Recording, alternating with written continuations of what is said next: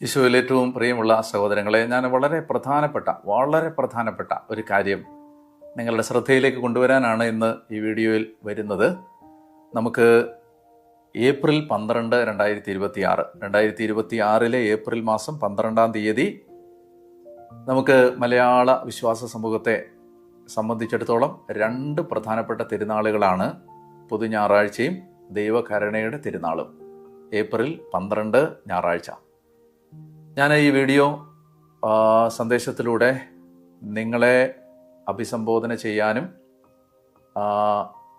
ഇത് സംസാരിക്കാനും ആഗ്രഹിക്കുമ്പോൾ ഞാൻ ആദ്യം തന്നെ നിങ്ങളോട് പറയട്ടെ, പ്രിയപ്പെട്ടവർ, ഈ വീഡിയോ നിങ്ങൾ പരമാവധി ഷെയർ ചെയ്യണം.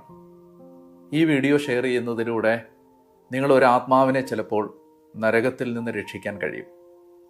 ദൈവത്തിൻ്റെ കരുണയിൽ ആശ്രയിക്കാൻ ഒരു ആത്മാവിനെ പ്രേരിപ്പിക്കാൻ കഴിയും. അതുകൊണ്ട് നിങ്ങൾക്ക് ഏതെല്ലാം പ്ലാറ്റ്ഫോമുകളിൽ ഇത് ഷെയർ ചെയ്യാൻ കഴിയുമോ അതിലൂടെ എല്ലാം ഈ വീഡിയോ ഷെയർ ചെയ്ത് പരമാവധി ആളുകളിലേക്ക് എത്തിക്കണം എന്ന് ഞാൻ ഓർമ്മിപ്പിക്കുന്നു.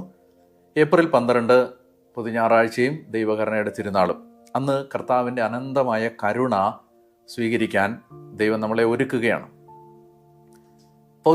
വിശുദ്ധ ഫൗസ്റ്റീനയുടെ ഡയറിയിൽ 1784 പാരഗ്രാഫിൽ ഇങ്ങനെ പറയുന്നുണ്ട്. ഈശോ പറയുകയാണ് ഫൗസ്റ്റീനോട്, ഏറ്റവും വലിയ പാപിക്കും ഏറ്റവും വലിയ വിശുദ്ധനാവുന്നതിന് എൻ്റെ കരുണയിൽ ശരണപ്പെട്ടാൽ മതിയാവും. ഈ ലോകത്തിലെ ഏറ്റവും വലിയ പാപി ഏറ്റവും വലിയ വിശുദ്ധനാവാൻ എൻ്റെ കരുണയിൽ ശരണപ്പെട്ടാൽ മതി. തിരുസഭയിൽ, പരിശുദ്ധ കത്തോലിക്ക സഭയിൽ ജോൺ പോൾ രണ്ടാമൻ മാർപ്പാപ്പ 2000 ആണ്ട് ഏപ്രിൽ മാസം 30-ാം തീയതിയാണ് ദൈവകരുണയുടെ തിരുനാള് സഭയിൽ പ്രഖ്യാപിച്ചത്. ഈ ദൈവകരുണയുടെ തിരുനാളിൻ്റെ വാഗ്ദാനങ്ങൾ ഞാൻ വേഗം പറയുകയാണ്. കർത്താവ് പറയുകയാണ്, കൃപാവരത്തിൻ്റെ, വരപ്രസാദത്തിൻ്റെ എല്ലാ ചാലുകളും ഞാൻ തുറന്നു വിടുന്ന ദിവസമാണത്. പ്രസാദവരത്തിൻ്റെ വൻകടൽ തുറക്കുന്ന ദിവസം. 699-ാമത്തെ ഖണ്ഡികയിൽ ഫൗസ്റ്റീനയുടെ ഡയറിയിൽ പറയുന്നതാണ്.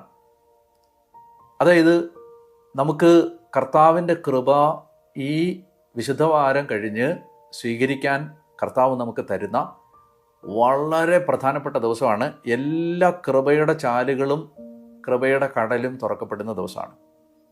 ഈ തിരുനാളിന് ഒരുക്കമായിട്ട് പ്രത്യേകം ശ്രദ്ധിക്കുക, കുമ്പസാരിച്ച് പാപം ഉപേക്ഷിക്കാൻ തീരുമാനിച്ച് വിശുദ്ധ കുർബാന സ്വീകരിക്കുന്ന ആത്മാക്കൾക്ക് പരിപൂർണ പാപമോചനവും കടങ്ങളുടെ പൊറുതിയും ലഭിക്കും. ഞാൻ ഒന്നുകൂടെ